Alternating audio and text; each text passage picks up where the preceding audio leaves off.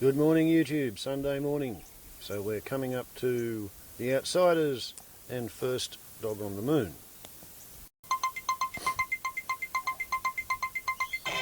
Time now for Outsiders. I'm Barry Cassidy and you're not. Isn't it nice that Barry still has a home here on the wireless, even while he's away? Thank you, Barry. Our Outsiders this morning, Editor-in-Chief of Mamma Mia, Jamila Risby, right, a real hardy. I'm going to let Mia know that one. Hello, Mamma Mia. Victorian editor of the Australian newspaper, Patricia Cavalis. Now, Patricia and Jamila want to just catch up, so we'll just leave them. How have you been, Pat? Yeah, I've kind of missed you, mate. Yeah, you too. I was hoping you'd be here, but, you know, Sydney, Yeah, I'm whatever. sorry. I don't like being here, but... Yeah, well, you and I are a bit left out of this equation, but, you know, we'll talk later. I'll say good morning anyway. Good morning.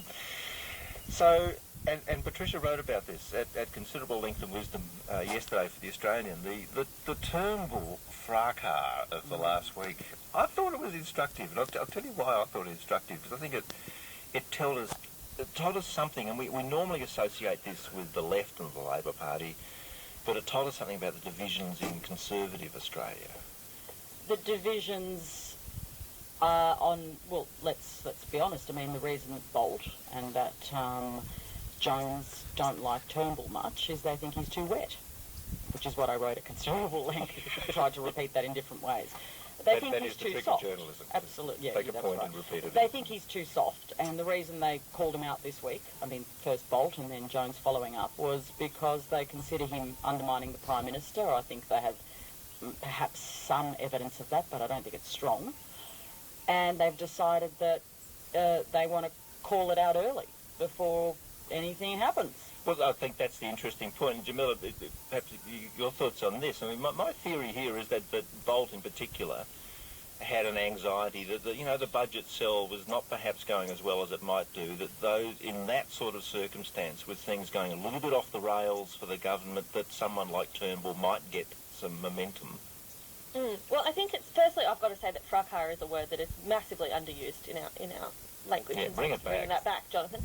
But I think it's interesting that obviously everyone in the media has their own perspective. Everyone has an element of bias. But Jones and Bolt, these guys, they take it to a whole new level, and they become cheerleaders for one side of politics over the other. And you did get the impression this week that there was starting to be some nervousness over a run of not-so-good polls for the government. And there was starting to be this anxiety of, the Prime Minister's out of the country, where are we going? The Labor Party are finally getting some momentum. But it almost has backfired for them, because Turnbull is never going to end up returning to the leadership, as unlikely as that is, or returning to any position of serious prominence without love from the left and without love from the centre. For him, it's not going to be the hard right who are the ones championing his cause. And I think all they've done is make a whole lot of us on the left love Malcolm Turnbull just a little bit more, which makes But of course is terrible for Malcolm Turnbull. It's actually very unhelpful, can I say, for Malcolm Turnbull To have that that vibe. the entire left and progressive side of politics loves him just that much. Because he wants to lead the Conservative. He doesn't say he wants to, sorry, to be fair to him, but, His that's chances that's are his negligible side. by his own admission. Well, that's right, and they are. And that's because his party room largely can't stand him. They don't want him to be the leader. And look, there's this argument in politics that if you get desperate enough, you'll turn to the guy that can return you to power, even if it's the guy you don't like. In the case of Malcolm Turnbull, that's dead right. Exactly what they did at the end with Kevin Rudd. They turned back to him a whole bunch of people who could not stand him because they thought at least he might win.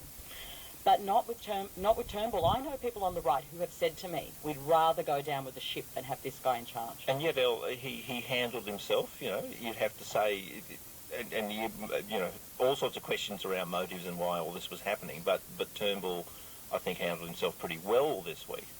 Really? Yeah, well, we can't.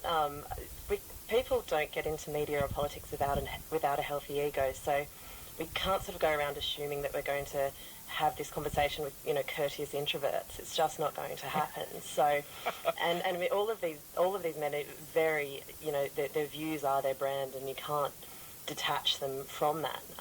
What I actually thought was irritating was that the hard news media probably gave it more than it was worth. It was a one-cycle story at best. But it had everybody and the in fact it. that we're still, but the fact that we're still talking about it now, I think it's been blown up to be far more than it I is. tell you, I reject that argument on this basis. I agree at the start it was a one-cycle story, that, dealing with Palmer, the reaction to it, the Bolt column. What made it a week-long, and perhaps even longer, but I think it's probably going to die this week-long story was Malcolm Turnbull, who kept putting petrol on the fire, kept appearing on more radio stations at 7:30 to talk about the story, arguing, I really want to be here to talk about the NBN, but sure, let's talk about me and how wonderful I am. Or was he, Jamila? I mean, I think this is the other... I mean, this is, I think, the enduring aspect of this is the power of these guys, the position of the Bolts and the Joneses, and the way in which they use those positions. And I think it's complex because it's, yes, they're warriors, but they're also performers. They're also entertainers in their own right, and they want to propel this story too. They like that attention. I mean, Jamila, you're in this game. Oh, absolutely. And this is the most... I mean, I can tell you from someone who runs a website that deals with a lot of politics, this is the stuff people click on. Whatever we like to say about, just give us the policies, we just want the technical stuff. Readers do respond to this stuff, and I think partly it's because it's black and white. And when you've got presenters like Bolt and you've got presenters like Jones, you've got people who it's easy to go, I agree or I disagree. And when they come up with the sort of internal political stuff, it's easy to have an opinion. You don't have to have a whole lot of background story. So when they're coming out and going hard one way or the other, I think it does become entertainment. It moves from that idea of news to that sort of lounging back in the car and listening along and having a bit of a laugh with them, as opposed to dissecting the politics or the issues. But absolutely. Isn't that the thing too, Elle, that people like Bolt and like Jones want to encourage exactly that sort of response? They want that attention. Yeah, I mean, that's their shtick, and that's fine. I mean, Bolt's very... we have to remember, Bolt's very popular. I think he's got a readership of around 2 million He does well, or something like that. Yeah. I mean, look, Alan Jones, I think a bit less so, and I think you can sort of tell a bit from the way that you can distinguish between the two from the way in which the conversation Many of his listeners are on life support, though, so it's an enduring sort Look, of I think fan we base. should thank Alan Jones. That interaction between him and Turnbull, I listened to, I think, 4 times that morning, and might listen to it on the way home. It was a good day. Might listen to it on the way home now. There's no reason why I shouldn't. I've got it as a ringtone. It was brilliant. Firstly, it was brilliant radio. Whatever you say about Jones, in terms of the entertainment value, the way, and then Turnbull, God, gold. I mean, that line, I won't take dictation from you. What a great line. And I think It's almost, I will great. not be lectured on misogyny by this man. Absolutely, it was. I think it was really good for the Turnbull brand, which is part of the reason that the left and I think some of the right likes Turnbull, and certainly those of us in the centre, we like Turnbull because Turnbull stands up for himself. Turnbull won't be bullied by anyone, left I've or got to right. say, the other thing I really enjoyed this week was Turnbull on 7:30 Report. And it wasn't just that he refused to rule out his interest in the leadership, but saying, come on, can we be serious? Every MP who's a member of a major party who's in the House of Reps has kind of got it in the back of their mind. And I thought that was refreshing to hear that. It was, because he was being dead honest. I mean, a lot of people enter politics because they think maybe one day, just like their mother told them, they're brilliant, they're, destined for great glory. And the difference is, though, that Turnbull was once leader. So when he says it, it has a whole different kind of vibe about it, because he's not some backbencher, he's not Wyatt Roy, or, he's not some sort of 13-year-old. I'm sure Wyatt has He probably does. his knapsack. But because he is Wyatt, and he's, how old is he, 21 or something? And he's got a slogan already, play that funky music, Wyatt Roy. Oh, he is cool. Nice. I love like that he's still 21 in everyone's minds too. He will never age. He's actually older now, isn't he? A 21-year-old kid. This is Sunday Extra. You're listening to Outsiders, and this morning they are Jamila Rizvi, Elle Hardy, and Patricia Cavalis. Patricia, the PM, he's ducked and run on this. He's had enough of Malcolm Turnbull. He is seeking the comfort of foreign parts. Look, it all happened. I mean, it was sort of started while he was here, obviously, but then he was gone. My view is that the Prime Minister knows that Turnbull has no chance. I think that the idea that he's happy about Bolt and Jones going on about this is fallacy. I think that his friends, have not been helpful to him, and it's been a difficult position he's been put in. He doesn't want to have this conversation. Why would he? I mean, it's when you put the word leadership near a Prime Minister's name, leadership tensions, it's not helpful, even if the leadership tensions aren't true. And especially when you've got a difficult process already around the now X-week-old budget. This sort of distraction. Well, everyone I spoke to, obviously I had to speak to a few people to write the piece I did, said we need to be selling our budget, we need to be explaining to people why we need to make hard decisions, not talking about, our ex-leader who none of us like. And soon, Elle will need to be selling the G20, which will be perhaps the PM's next task. What do you make of Tanya Plibersek's claim, Elle, that Tony Abbott is not quite up with how important that G20 summit is going to be?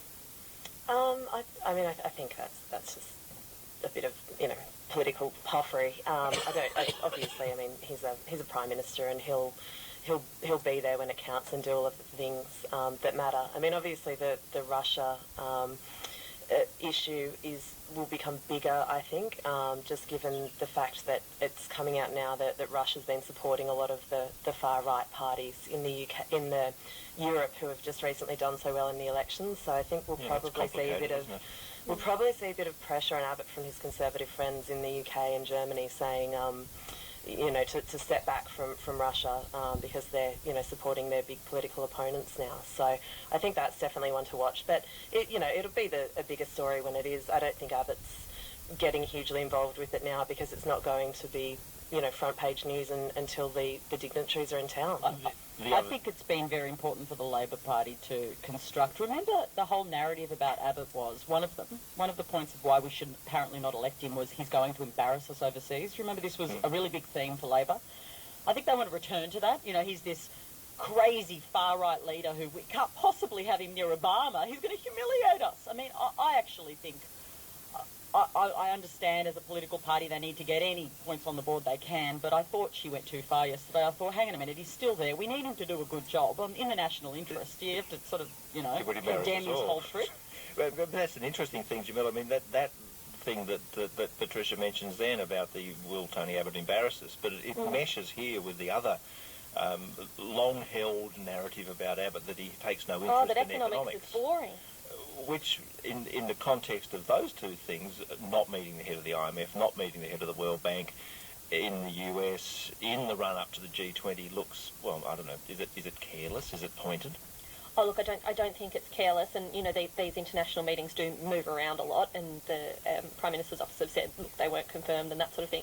I think a more likely explanation is, if I was Tony Abbott, I would not want to be sitting down with the head of the World Bank or the head of the IMF, because I wouldn't want to be talking about climate change. Well, Moondog will lecture him on climate change. The fact that he's refused to have climate change on the agenda for the G20, and the fact that he refuses to consider climate change as an economic issue, I think is going to really be something that we're talking about over the next 6 months. And I think it'd make for some pretty uncomfortable conversation if he was sitting down with those guys. Do you really think that's why he's avoiding it, Jamila? I think that's got to be an element of it, but as I was saying before, these meetings move around. That's what I think. It wasn't confirmed. I think the most likely outcome is diaries didn't match up. Yeah, that's what I think. I often think, conspiracy or just, it's all too hard. It's usually all too hard. And as you're saying, Patricia, the ALP are making a lot of it because of the international issue, but also because the other narrative about Abbott is that board on economic stuff, and that he's not good at this, he's not that interested, and they want to be able to sort of bring out those old quotes again. It's very interesting, the board on economics, because he ended up chairing the ERC. He ended up being very central to the entire budget, and in fact, I think since the budget was delivered, it's looked a lot more like Tony's than Joe Hockey's. So bored by the economy, yet sort of centre. Who won out there around the budget is a really interesting point.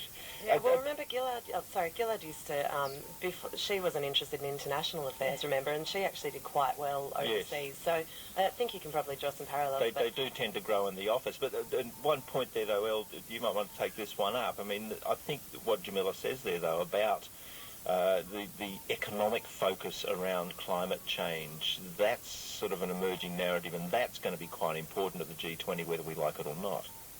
I think it'll probably be more energy issues and energy contracts, energy security, and climate change does play into that. But if you think that all the G20 leaders are going to sit down and hold hands and talk about climate change when, China and Russia have just signed a $400 billion oil and gas deal, I think that will be the bigger issue, and climate change will slot in around that. On that world-defeating note, say thank you to our outsiders this morning.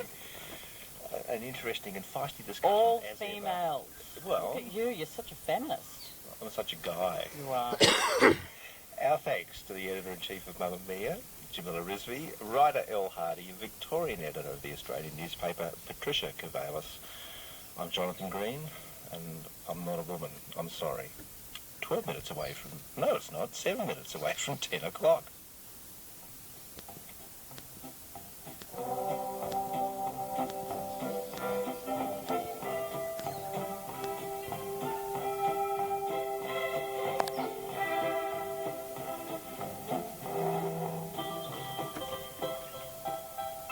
Hello, Patriots.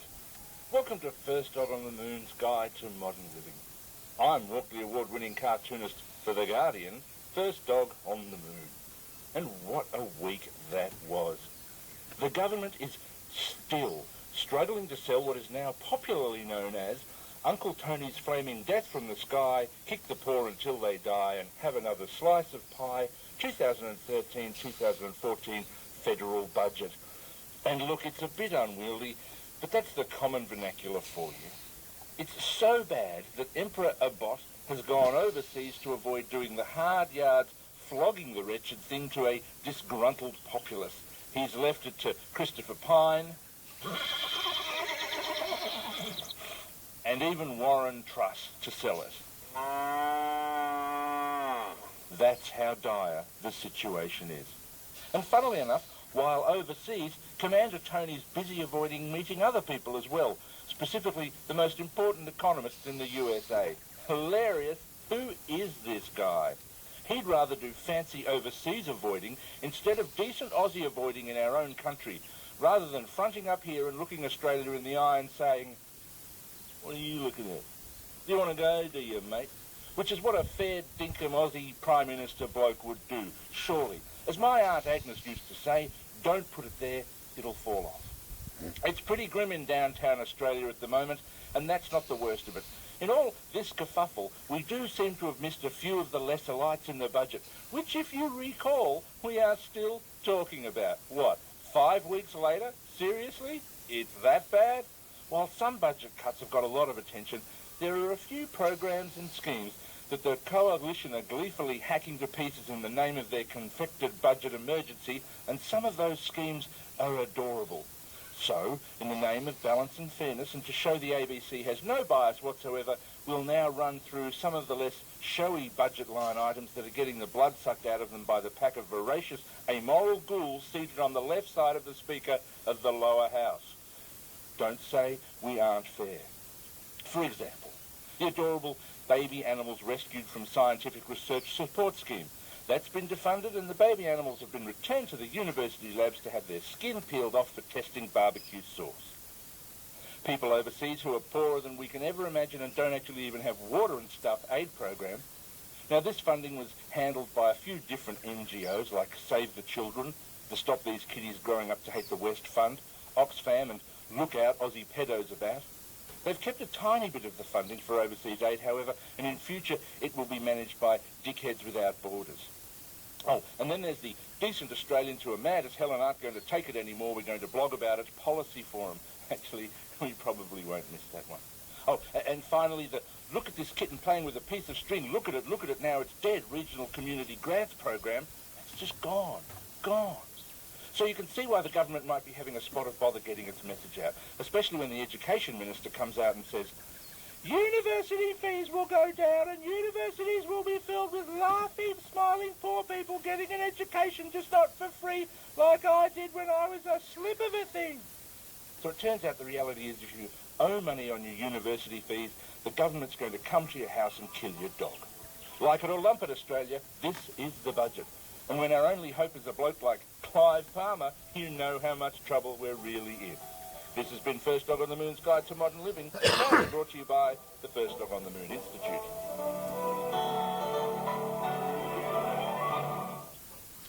Well,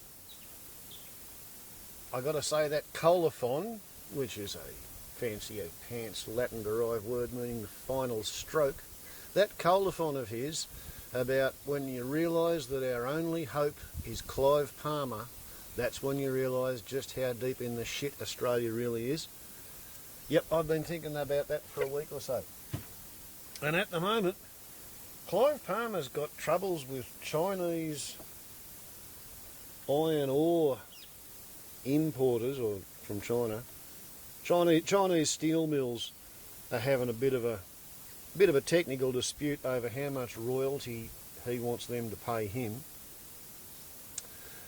The Premier of Queensland, Campbell Newman, made a comment that Clive Palmer was using his vast riches to buy his way into Parliament, and if he kept his mouth shut at that point, it would have been incontestably a piece of political drama and rhetoric. But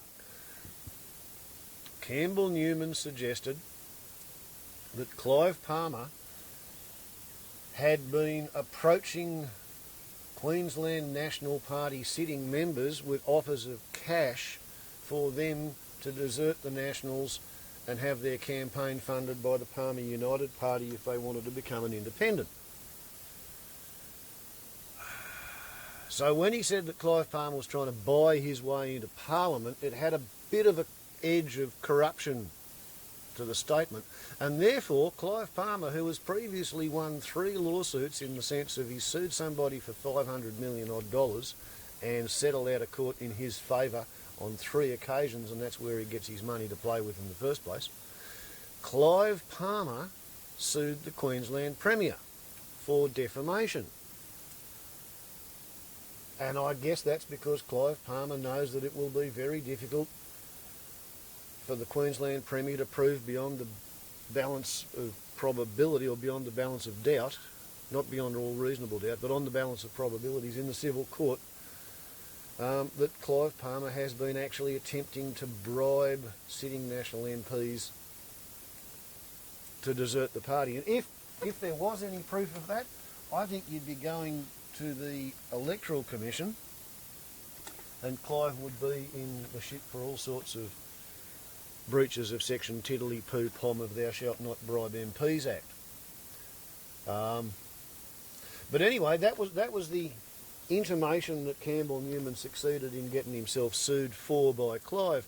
And then it's now come to light that back in the days when Clive Palmer was a good mate of the Queensland Nationals, when he was donating large chunks of money to their organisation, when he was planning his coal mine and his coal loading terminal in the Galilee Basin, he had a bit of a chat with one of the Queensland National Party MPs and suggested to him that he should be given favourable treatment for his requests and demands and blah, blah, blah, blah, blah, for the conditions of his coal loading terminal to be constructed under. And he even went so far as to present, or suggest that he could present, a draft bill which he wanted to see put through the unicameral parliament in Queensland, which would pretty much make him king of his own Galilee Basin. The Queensland National sitting member didn't go to the police. He just went to his party hierarchy and said, oh gee, you know, like, this fella's pulling too hard on our puppet strings, I think we might have to distance ourselves from him no matter how much money he might have. So it was all sort of quietly swept under the carpet, and Clive was rebuffed by the National Party, and by gee, you know, considering that Campbell Newman charged Australian Water Holdings $5,000 for them to have an interview with him in the office, or was it have lunch with him? Anyway, ICAC got testimony that Australian Water Holdings paid Campbell Newman when he was Mayor of Brisbane, not when he was Premier. The price has probably gone up since then, but when he was Mayor of Brisbane, it was $5,000 to have lunch with him. So if an outfit like that finds that Clive Palmer's requests following donations were just sort of too obvious to comply with, it gives you some idea of the scale of operations that may have been described within the discussion. But anyway, Clive Palmer, as colourful as he is, he may well be the only thing that's able to stand against some of the other Fruit Loops that are independent senators. There's a Liberal Democrat who basically thinks all Australians should be able to carry a pistol so that they'll be able to shoot down anybody who might perhaps accost them in the streets. He's a complete Fruit Loop. But by describing his party as the Liberal Democrats, he's attracted Liberal voters and Democrat voters, and he's neither Liberal nor Democratic. Complete nut. Yeah, so he's going to support the budget in the Senate, the new Senate. So I think really the only thing that'll work is if the Labor Party, the Greens and the Palmerites stand up and block supply. It's either that or let Tony Abbott's budget go through and rip the fabric of Australian civilisation to pieces, and we'll wind up with a revolutionary banana republic with probably 6 or 7 different insurrections, 6 or 7 different schisms locally in each different state. Just as the economy falls on its arse and the weather rips us to bits. Oh, what fun. I figure actually the really bad El Nino should be hitting around about August, just when Tony Lord Abbott is planning on having massive celebrations to commemorate the start of World War I, because he's one of the people who thinks that was just such a glorious event in the history of humankind. I think Australia's got $350 million set aside for World War I 100-year celebration programs. That's if the El Nino doesn't burn every town that voted for the Liberal National Government. Warbles on a lot to YouTube. Ciao.